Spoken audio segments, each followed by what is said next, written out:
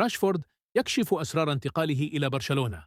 الحلم بدأ، وفليك هو السبب. في لحظة كروية فارقة، حط النجم الإنجليزي ماركوس راشفورد رحاله في برشلونة، قادما من مانشستر يونايتد على سبيل الإعارة حتى نهاية الموسم، مع خيار الشراء النهائي. ولكن يبدو أن القلب قد اختار بالفعل. عقب توقيعه الرسمي، لم يخف راشفورد حماسه. هانز فليك رجل لا يعرف المستحيل. ما فعله في الموسم الماضي أمر مذهل، لكن الحقيقة أنه أثبت عبر مسيرته أنه من النخبة. الحديث معه كان سببا مباشرا في قدومي.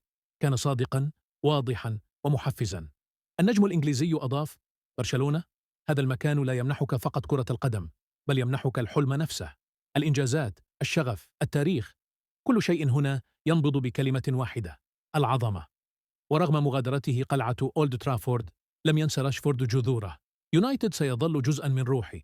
سأظل ممتنا لكل لحظة هناك. أتمنى لهم الأفضل دائما. وعن تطلعاته مع البلوغرانا قال: أنا جائع للنجاح. جئت لأقاتل، لأضيف شيئا لهذا المشروع الطموح. الفريق حقق أشياء رائعة مؤخرا، وأشعر بطاقة هائلة لبدء فصل الجديد هنا. وللجماهير، ختم راشفورد برسالة دافئة: شكرا على الترحيب الذي جعلني أشعر أنني في وطني. دعمكم لا يقدر بثمن، وأعدكم، سأقاتل من أجلكم في كل دقيقة.